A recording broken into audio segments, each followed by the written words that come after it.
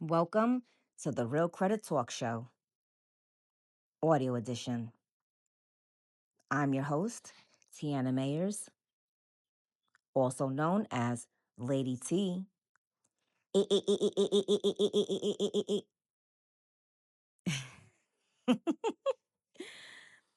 Founder of Beyond Credit Limits Corporation. And this is where we break down how credit actually works.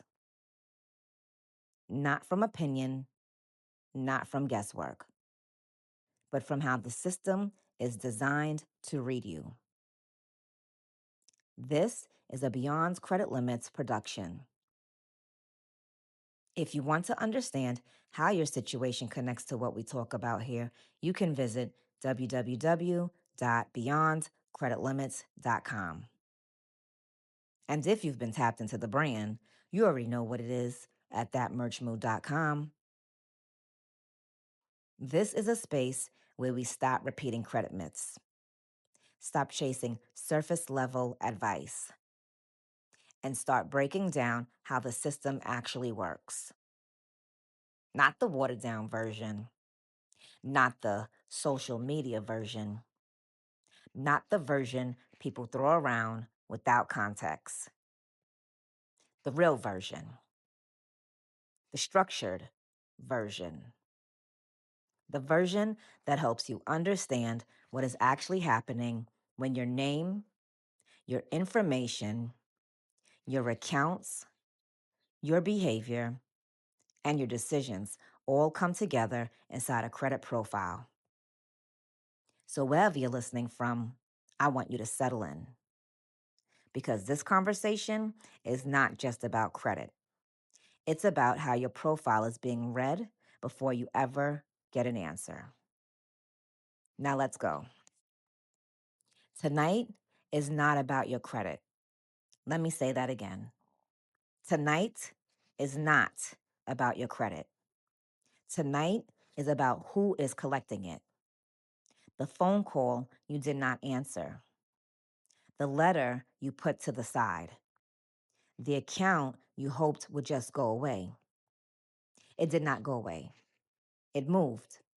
It got sold. It got assigned. It passed through hands you never knew were holding it. And right now, somewhere in a system you have never seen, there may be a company that owns a piece of your financial history and is deciding what to do with it. Tonight, you learn how that works. Not from fear, not from shame, from knowledge. Because the collection industry counts on you not knowing how it operates. Tonight, that changes. Let's go. Welcome to episode 5 of the Real Credit Talk Show. I'm Tiana Mayers, Lady T. Debt collection is one of the most misunderstood parts of the entire credit conversation. People know it exists. They have gotten the calls. They have seen the accounts on the report. They have felt the stress that comes with both. But most people have never been taught how the collection industry actually works. They do not know how a debt travels from the original creditor to a collection agency. They do not know who legally owns the debt at any given point in that journey. They do not know what collectors are legally permitted to do and what they are not. They do not know what rights they have on their side of that phone call. And they do not know what certain actions, a payment, an acknowledgement, a promise can do to their legal standing on a debt. Not knowing any of that puts you at a disadvantage in every interaction with a collector. Today, we close that gap. We go inside the collection industry, how it is structured, how it makes money, what it can legally do, what it cannot, and what you need to know to handle it from a position of knowledge instead of a position of pressure. Before you can understand debt collection, you need to understand how a debt gets there. Because debt collection does not happen immediately.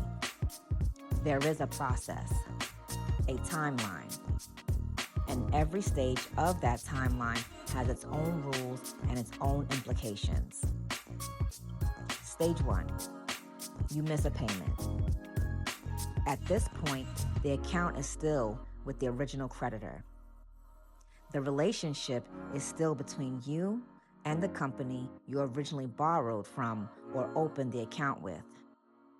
They may call, they may send notices, they may charge late fees, but the debt is still theirs. Stage 2, the account becomes seriously delinquent, typically around the 90 to 180-day mark, depending on the creditor and the account type. The original creditor makes a decision.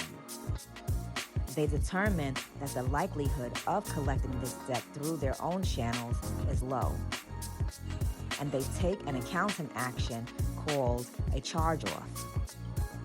The charge-off does not cancel the debt. It does not forgive the balance.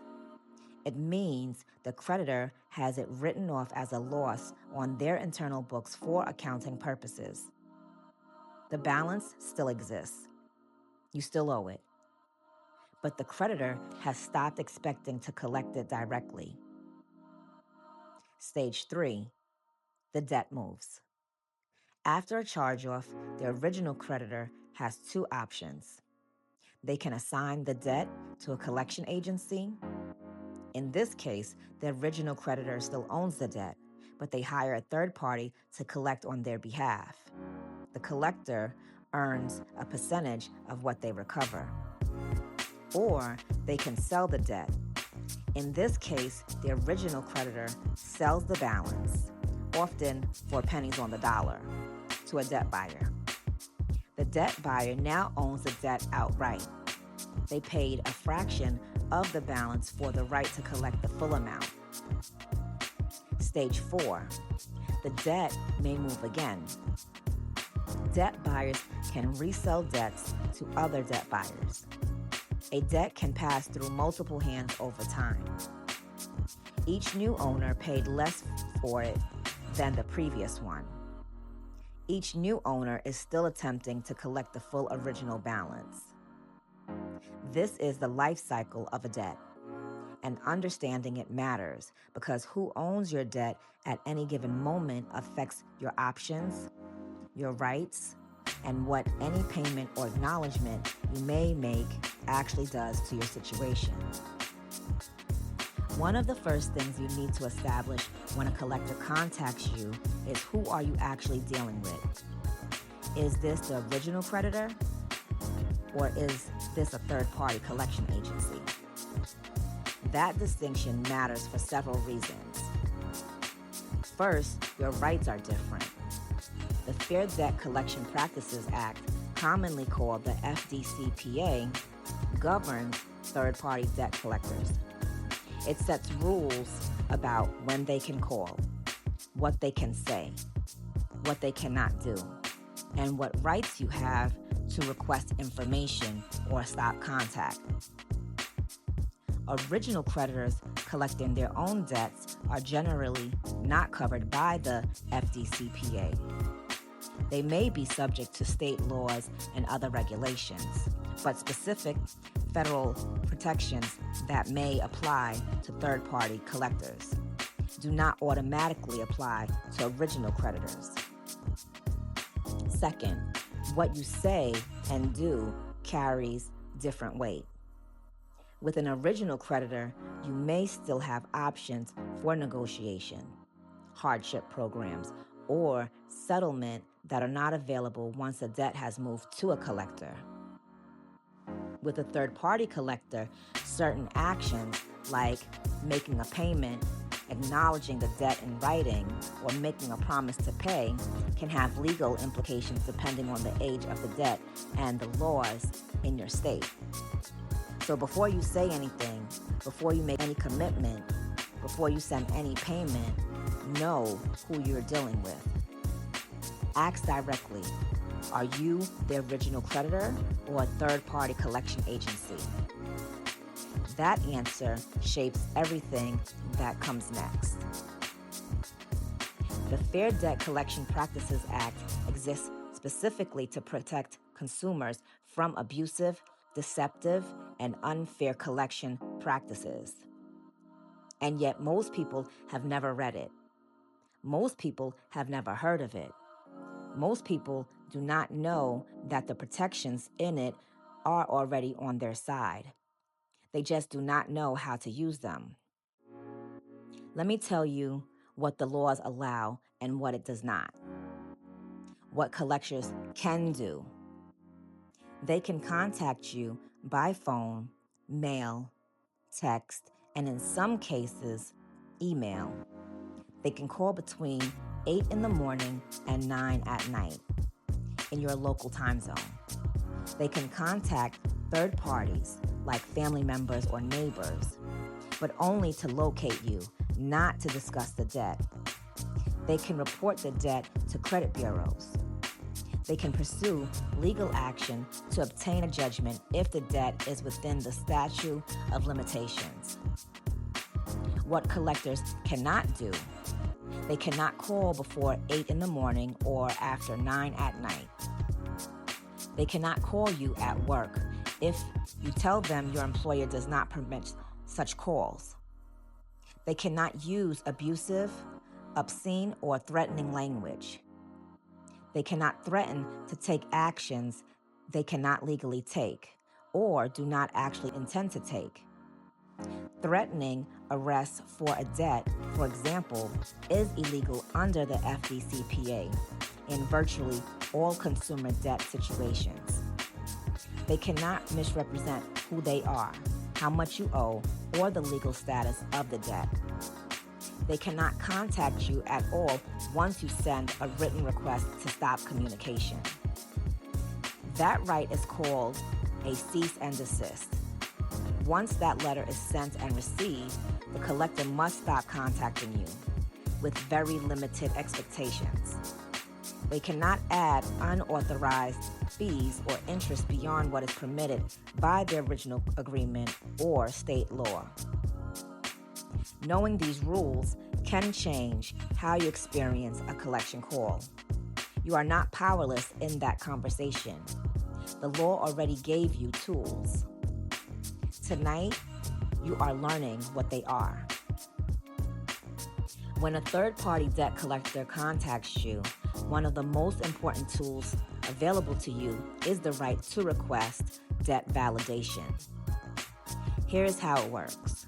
Within 5 days of first contacting you, a collector is required by law to send you a written notice called a validation notice.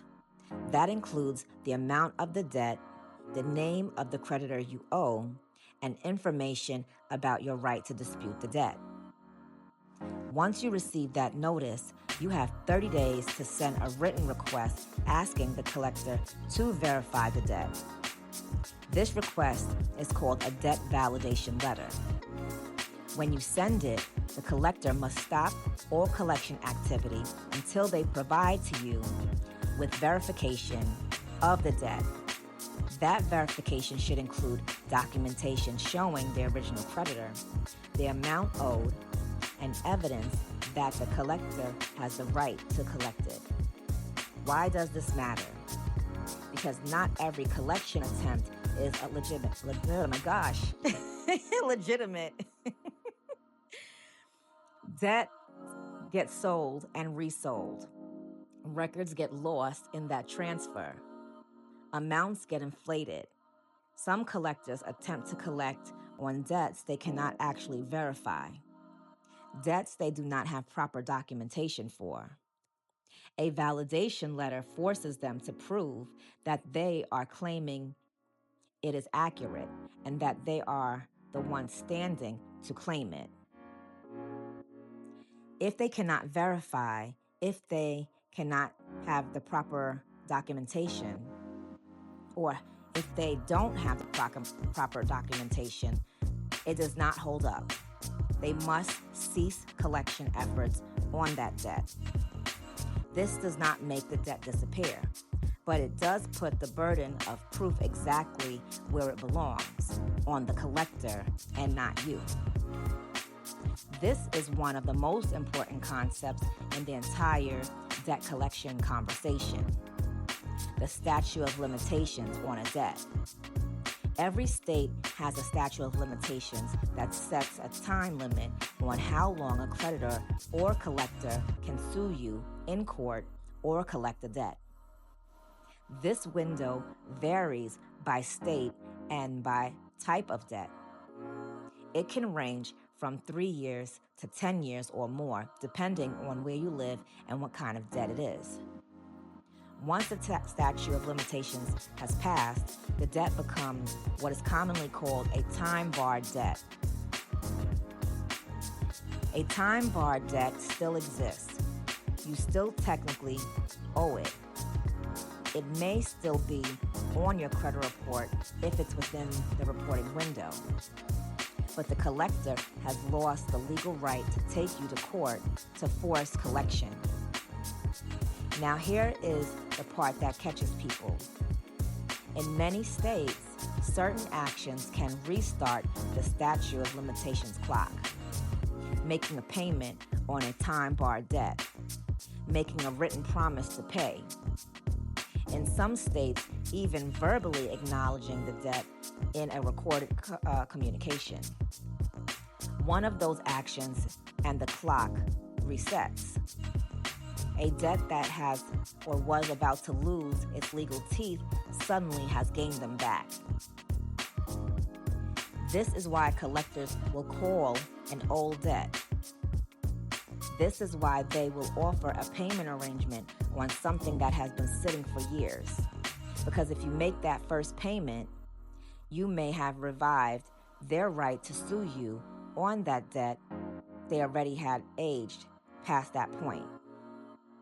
Or it had already aged past that point. Before you make any payment on an old debt, know your state's statute of limitations. Know when the clock started running, and know what actions in your state can restart it. This is not about avoiding what you owe.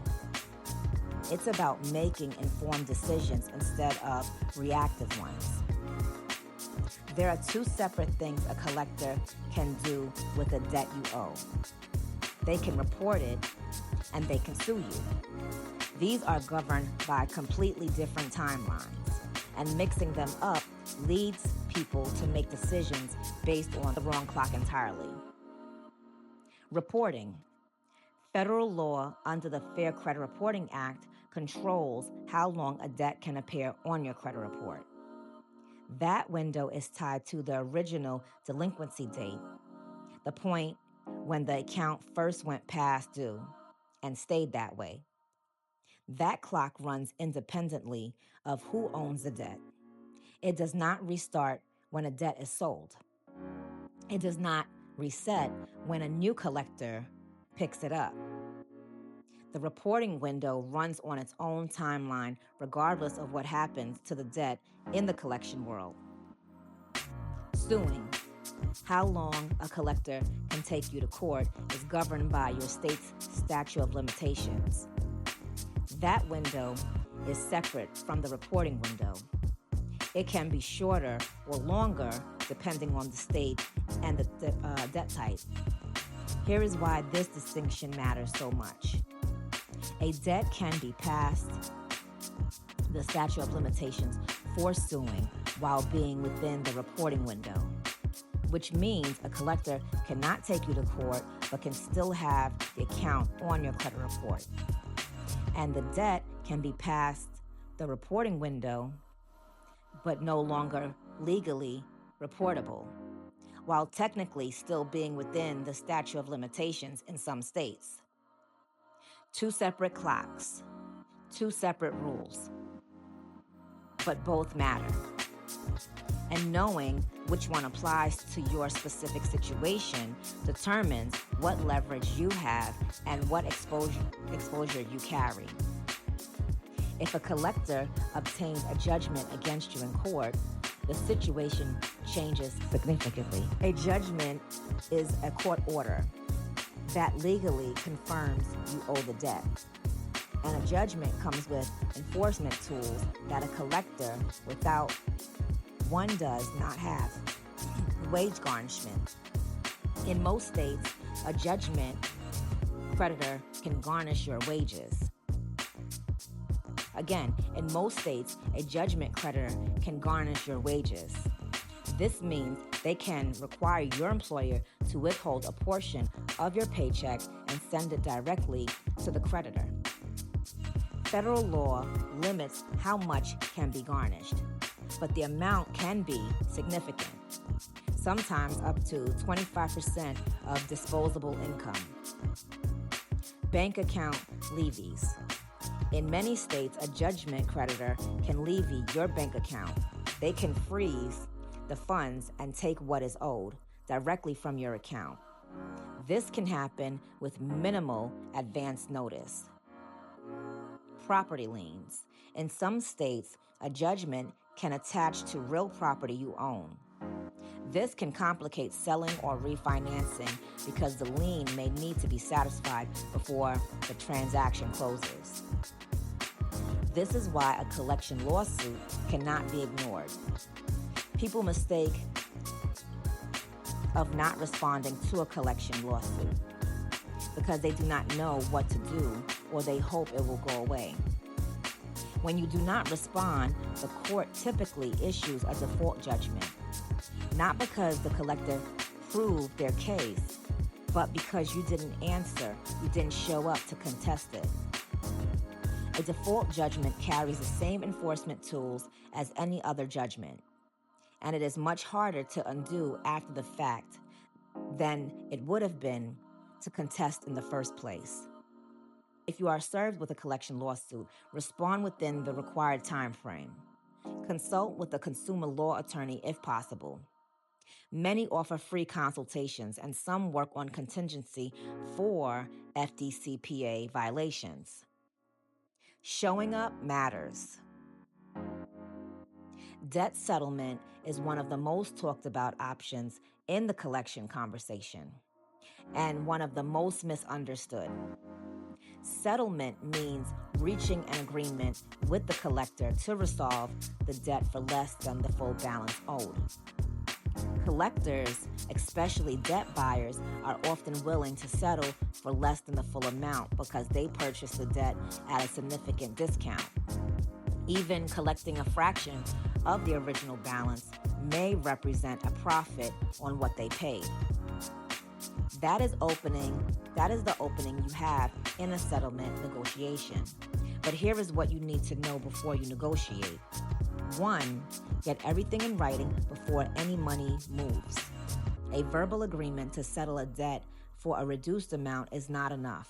You need a written settlement agreement that clearly states the amount being paid, that the payment constitutes full satisfaction of the debt, and what the collector agrees to do with the account afterward.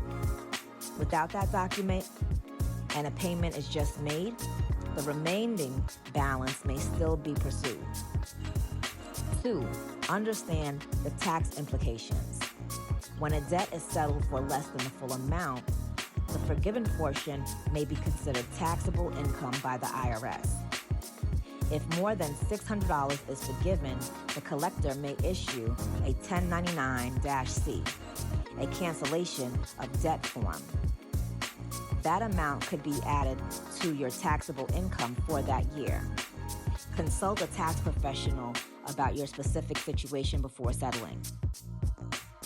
3, know what you are settling. Make sure the debt being settled is actually yours. Make sure the amount is accurate. Make sure the collector has the standing to settle it. A settlement with a collector who does not actually own the debt may not protect you from another collector who does. Settlement can be a legitimate path forward, but only when you have the information to do it correctly. Debt collectors operate in an industry where pressure tactics are common, and some of those tactics involve statements that range from misleading to outright illegal. Here are some of the things collectors may say that you need to recognize for what they are. If you don't pay, we will have you arrested. In the United States, you cannot be arrested for failing to pay a consumer debt. Debt is a civil matter, not a criminal one. A collector who threatens arrest for non-payment is violating the FDCPA. That threat is not just untrue, it is illegal. You have to pay this right now, or legal action starts today. Collectors create urgency to pressure you into making a payment before you have time to think, research, or get advice. The urgency is almost always manufactured. Legal action takes time. You have the right to request validation. You have the right to consult someone. A legitimate collector is not going to have that revoked because you did not pay within the hour. We already have a judgment against you. If a collector claims a judgment exists, verify it independently. Court records are public. A judgment would be on file. Do not take a collector's word for it. Verify it before you respond to it. Paying this will remove it from your credit reports immediately. A payment updates the status of a collection account.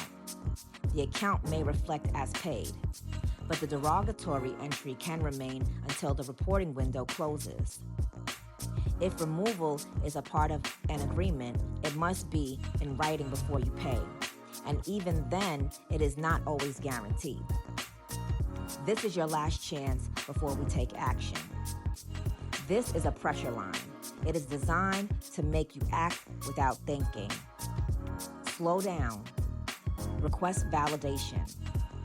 Understand that a real decision requires real information, not a deadline someone invented to close a call. You may have heard the term pay for delete.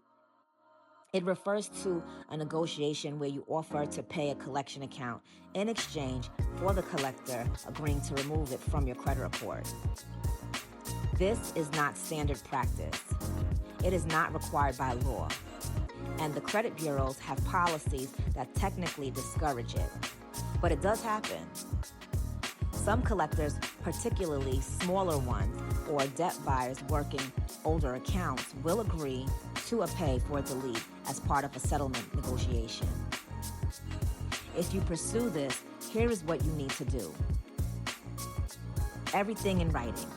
Before you pay a single dollar, you need a written agreement from the collector that explicitly states, upon receipt of the agreed payment, they will request deletion for the account from all three major credit bureaus. Not update to paid. Delete. If the agreement does not say delete, you are not getting a pay for delete. You're getting a paid collection account, which is better than an unpaid one, but it does not work the same way. It does not remove the actual account. Also, understand that even with a written agreement, the collector can request deletion, but the bureaus is not obligated to honor that request. In practice, most will, but it's not an ironclad to guarantee. Pay for delete is a tool. Use it with realistic expectations and only with everything documented before money changes hands. Not every collection account carries the same weight, and not every collection situation calls for the same response. Several factors determine what you're actually working with, and understanding them helps you figure out what your real options are. Recency matters. A collection that posted 6 months ago hits harder than one that is 5 years old.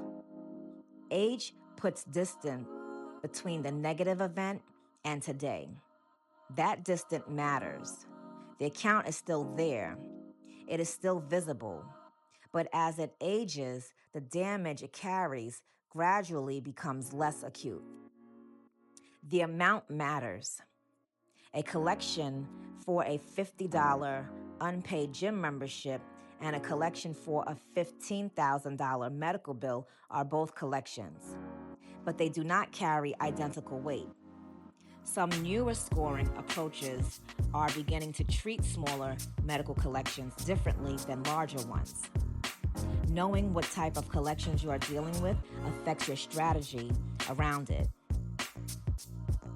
The number of collections matter. One collection on an otherwise clean record sits differently than 6 collections alongside other derogatory marks. A collection does not exist in a vacuum. Everything surrounding it affects how it lands. Paid versus unpaid. Some approaches now treat paid and unpaid collections the same way. Others still draw a distinction. What matters most is understanding what a payment actually does to your specific account before the money moves. A collection account is not a permanent sentence, but it is a real entry with real consequences. That a collection account is not a permanent sentence, but it is a real entry, has real consequences that requires real strategy, not just a quick payment and a hope. Let me answer the questions I know that are coming up right now. A collector keeps calling me. Can I make them stop? Yes. Under the FDCPA, you have the right to send a written request asking the collector to cease all communications. Once they receive that letter, they are generally required to stop contacting you with 2 expectations. They can contact you to confirm they are stopping contact, and they can contact you to notify you of a specific action they intend to take, such as filing a lawsuit. A cease and desist letter does not make the debt go away, but it does stop the phone calls and the letters. I paid a collection years ago. Why is it still on my credit reports? Payment does not automatically remove a collection account. The reporting window on a negative account runs from the original point of delinquency, not from the date of payment. Paying updates the status of the account. It does not restart or shorten the reporting window. The account reflects as paid, but the derogatory history stays until the original window runs its course. Forgive me, y'all, forgive me. Someone is trying to collect a debt I do not recognize. What do I do? Send a written debt validation request immediately. Do not make any payment. Do not acknowledge the debt verbally or in writing beyond the validation request. Wait for the documentation they are required to provide. If they cannot validate, they must stop collection efforts. If what they provide does not match your records, investigate further before doing anything else. A collector offered to settle for 50% of what I owe. Should I take it? Maybe. First, determine how old the debt is and whether it is still within the state's statute of limitations. If it is time barred, making any payment restarts that clock in many states. If it is within the statute of limitations, consider whether the settlement amount is realistic for your situation. Get everything in writing before any money is moved. Understanding the potential tax implications and consider whether a pay for delete is possible. 50% may sound like a deal, but the terms in your specific situation determine whether it actually is. I received a lawsuit from a collector. What do I do first? Respond. Do not ignore it. Check the filing date and your state's deadline for response, usually between 20 and 30 days. Look up consumer law attorneys in your area. Many offer free consultations and some handle FDCPA cases at no cost to you before that deadline passes. File a written response with the court. Even a simple denial that you owe the debt is better than no response. Silence becomes a default judgment, and a default judgment is much harder to fight after it is entered. We started this episode by saying the collection industry counts on you not knowing how it operates. By now, you know how it operates. You know how a debt moves from an original creditor through the stages of delinquency, charge-off, and collection. You know the difference between an original creditor and a third-party collector, and why that distinction changes your rights. You know what the FDCPA protects you from and what tools it puts in your hands. You know what a validation letter is, when to send it, and what is required the collector to do. You know what the statute of limitations means and why making a payment on an old debt without knowing that number first can work against you. You know the difference between the reporting window and the legal window for suing. You know what a judgment does and why not responding to a lawsuit hands the collector exactly what they were after, without them having to prove a thing. You know what settlement actually means, what pay for delete actually requires, and what collectors say that is not true. All of that is leverage. Not leverage to avoid what you owe, leverage to handle what you owe correctly, on your terms, with your rights intact, with information that most people in your position will never be given. That is the whole point of this show. And tonight, you have it. If there is one thing I want you to take from episode 5, it is this. A collector on the phone is not more powerful than you. They sound that way. They are trained to sound that way. Urgency, pressure, authority, all of it is designed to make you act before you think. But a collector who calls you tonight is calling someone who now knows what they can and cannot do. Someone who knows to ask for validation. Someone who knows the statute of limitations exists. Someone who knows that a threat of arrest is a violation of federal law. Someone who knows that a settlement requires documentation before a single dollar moves. That is a different conversation. Not aggressive, not emotional. Informed. And informed is exactly what the collection industry does not want you to be. Tonight, you became that anyway.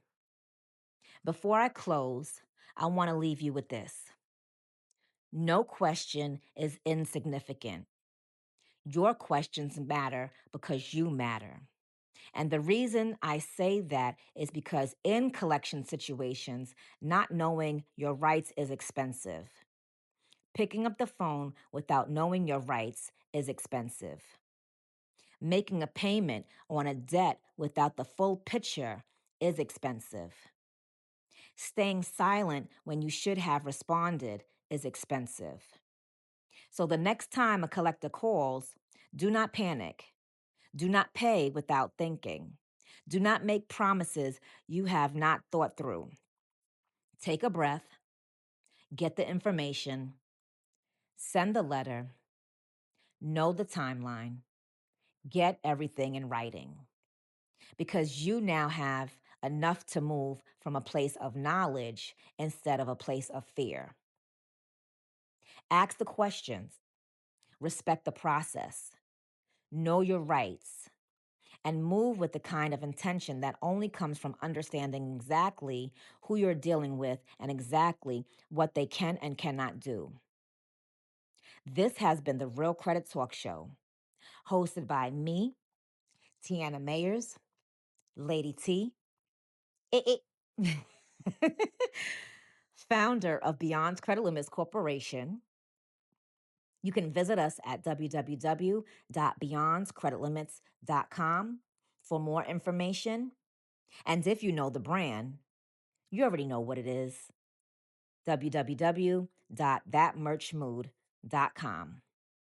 Until next time, keep learning, keep positioning, and keep moving with intention. Have a good night.